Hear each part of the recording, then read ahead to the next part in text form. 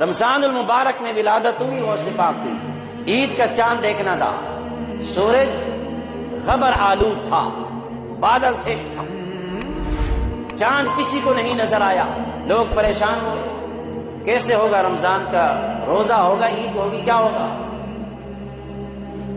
لوگ پریشان ہوئے۔ اس زمانے کا جدید دور تو نہیں تھا کہ کسی آلے کے ذریعے چاند کو دیکھا جائے یا کسی دوسرے علاقے کے اندر دیکھا ہو وہ خبر دی جائے۔ کتنے سو سال پرانی بات آئی اس زمانے کے اندر۔ لوگوں نے کہا کہ بھئی سیدوں کے گھر کے اندر ایک بچے کی ولادت ہوئی ہے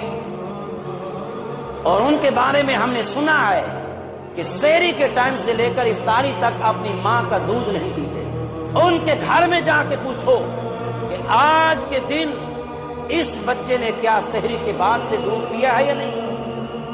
یار لوگ تو بچپن کے اندر ان کے عمل کو اپنی زندگی کا معیار بنا رہے ہیں، حالانکہ اس عمر کے اندر انسان مکلف تھوڑی ہوتا ہے شریعت کا، بالغ ہونے کے بعد شریعت کا حکم لگتا ہے اس میں۔ لیکن لوگوں نے کیا بتایا، جا کے وہاں سے پوچھو، اگر ان کی ماں یہ کہتی ہے کہ بچے نے سحری کے بعد سے آج دودھ پی لیا ہے تو بس سمجھ لینا کہ آج رمضان کا روزہ نہیں ہے بلکہ عید کا دن ہے۔ اگر اس بچے نے ماں کا دودھ نہیں پیا تو سمجھ لینا کہ آج عید نہیں ہے بلکہ رمضان کا روزہ ہے۔ جب غوث آدم کی ماں کے پاس گئے، جا کر پوچھا تو انہوں نے کہا کہ ہاں بات تو یہی ہے، پورا مہینہ میرے اس بچے نے سحری سے لے کر افطاری تک دودھ نہیں پیا اور آج بھی معاملہ ایسے ہے کہ میرے اس بچے نے دودھ نہیں پیا۔ لوگوں نے کہا کہ ہاں اگر اس نے نہیں پیا تو سمجھو آج رمضان کا روزہ ہے۔ وہ غوث آدم جن کی سیرت کو اتباع کر کے انسان مرتبہ ولایت پر پہنچتا ہے،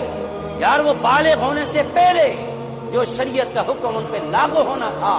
وہ بچپن کے اندر بھی اس پہ عمل کرتے ہوئے نظر آ رہے ہیں اور یہ بتا رہے ہیں بالغ تو میں 14 اور 15 سال کے بعد جا کے ہوں گا، شریعت کا حکم پھر لگے گا، لیکن چونکہ مجھے پتا ہے کہ اس ٹائم سے لے کر اس ٹائم تک رمضان ہوتا ہے اور کھانا پینا منع ہوتا ہے، اس لیے بچپن کے اندر عمل کر کے لوگوں کو بتانا چاہتا ہوں کہ غوث آدم کے مرید ہو، قیامت تک میرے ماننے والے آئیں گے، میں تمہیں یہ سبق دے کے جا رہا ہوں، میں نے تو بالغ ہونے سے پہلے بھی شریعت مصطفیٰ پہ عمل کر کے دکھایا۔